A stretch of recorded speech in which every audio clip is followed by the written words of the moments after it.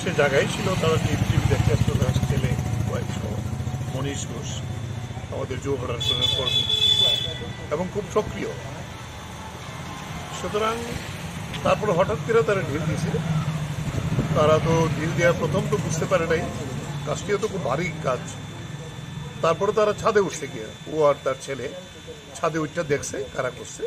তার মধ্যে দুইজনের নিশ্চিতভাবে চিনে ডাকও দিছে যে তোরা আমার বাড়িতে কেন এরকম করতেছে।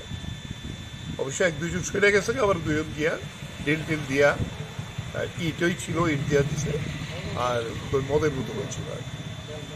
তারপরে তো সে সঙ্গে সঙ্গে পুলিশে জানাইছে, পুলিশ আইছে। তারপরে আমাদের নেতৃত্বের মধ্যে একজন কেউ পুলিশের উপরস্থলও জানাইছিল, ওসি নিজেও আইছিল আর কি।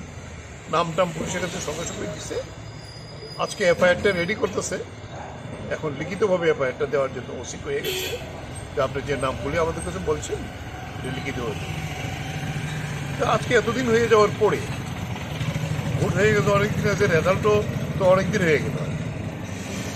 শুনলাম মুখ্যমন্ত্রী আবেদন করেছে, ভোট হয়েছে সব দল যাতে একসাথে থাকে।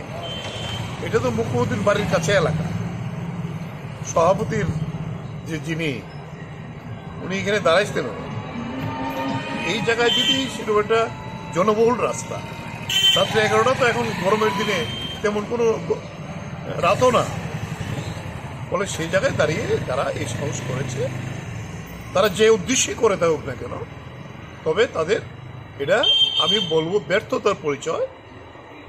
ওকে অনেকবারই এই দল ছেড়ে তাদের সঙ্গে যুক্ত হওয়ার জন্য আবেদন করে, সে যেটা বললো আর কিন্তু সে সাহস করে ওকে না কেন, দল তো দলই, আমি নীতি আদর্শের জন্য দল করি। এই যে সাহসিকতা নিয়ে সে মোকাবিলা করেছে, সে পুলিশকে বলেছে, নাম দাম বলেছে, বলে আমরা বলবো। এখন এখানকার প্রশাসন, পুলিশ, মুখ্যমন্ত্রী ব্যাপারগুলো দেখুক, এইভাবেই রাজনীতি চলবে কিনা সেটা তারা ঠিক করুক।